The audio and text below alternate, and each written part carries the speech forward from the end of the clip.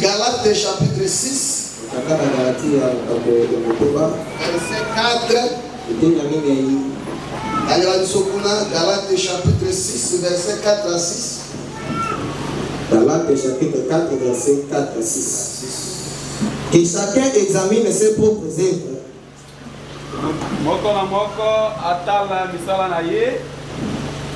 Et alors il aura sujet de se glorifier pour lui seul. Et non par rapport à autrui. Car chacun portera son propre fardeau. Et celui à qui l'on enseigne la parole fasse part de tous ses biens à celui qui l'enseigne.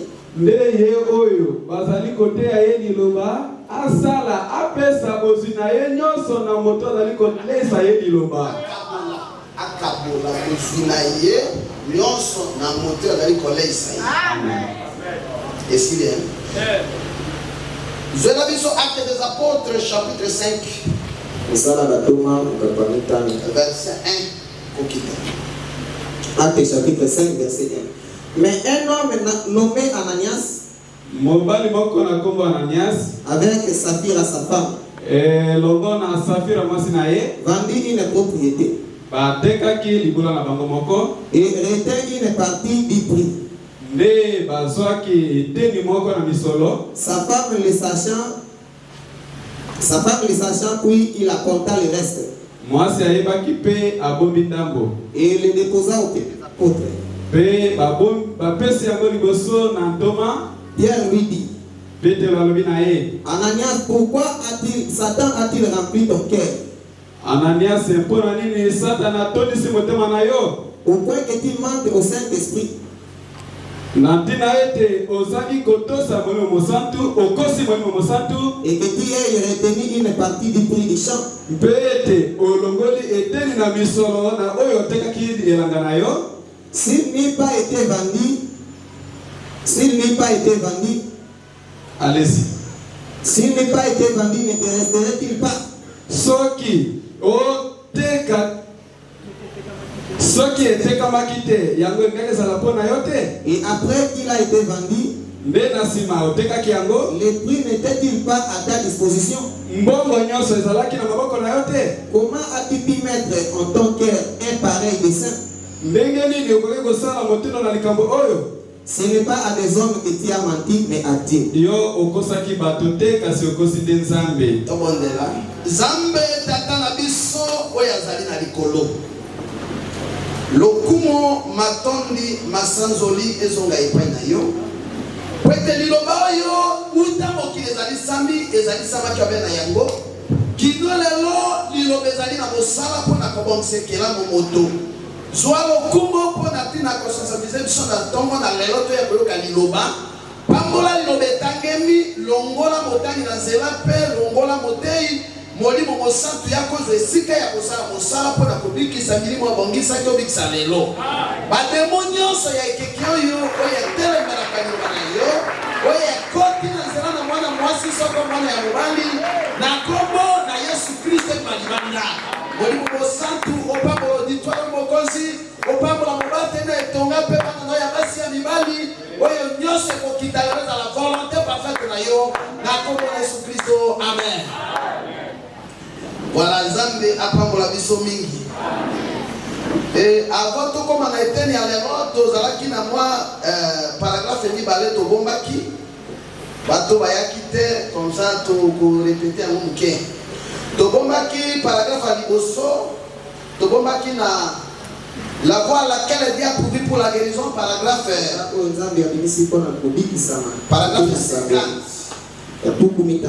Tolobaki paragraphe 50. Il faut tout le temps avoir le saut. 50. Oh, j'aurais voulu prêcher l'évangile maintenant pendant 5 minutes. Si j'avais les dons. C'est ce qui arrive dans l'église. Lorsqu'on trouve quelqu'un qui ne travaille pas pour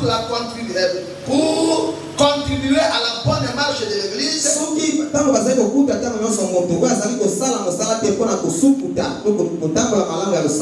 quelqu'un qui a failli et qui s'est retiré, qui est devenu indifférent, c'était un cancer dans l'église. C'est un démon qui est dans cette personne. C'est vrai. Et cela rend toute l'église malade à cause de cela.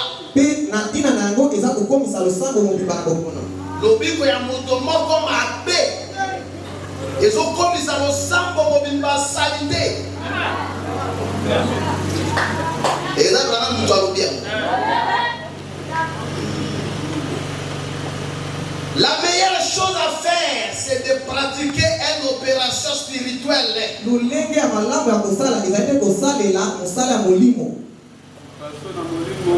Et passo ya molimo. Amen. Amen. Tolobaki mosusu l'instruction de Daniel, de Gabriel, à Daniel. Tolobaki yango na paragraphe 36. Na 36 elobaki boye. Wana makambo tolobaki yango vendredi soit.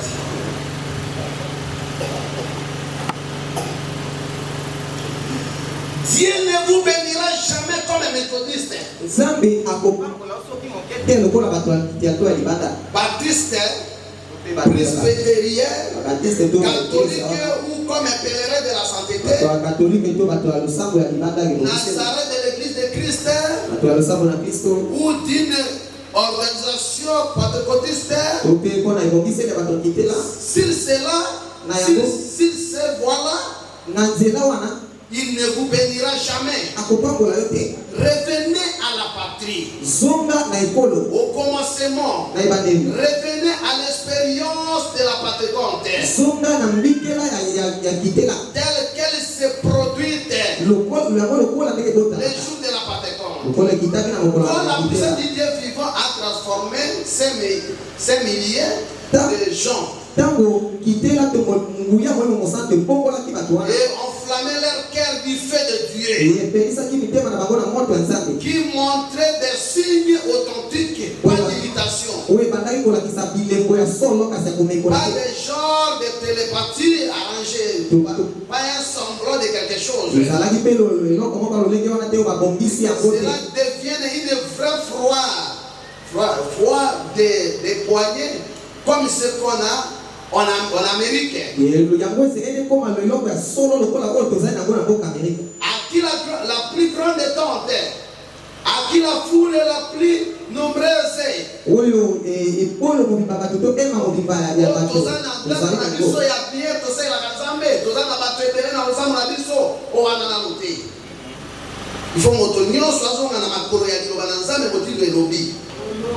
Bagrade nyonso na biso totia yango na se. akete na biso nyonso Ok, il dit nos frères des poignées. Quelle honte! osomi nini Essayez d'ajouter milliers de membres à notre organisation. omeka kobakisa bakompo ya bato na kati ya ebongisi na biso C'est une honte. yango eza soni Il veut que nous revenions à la lumière juste.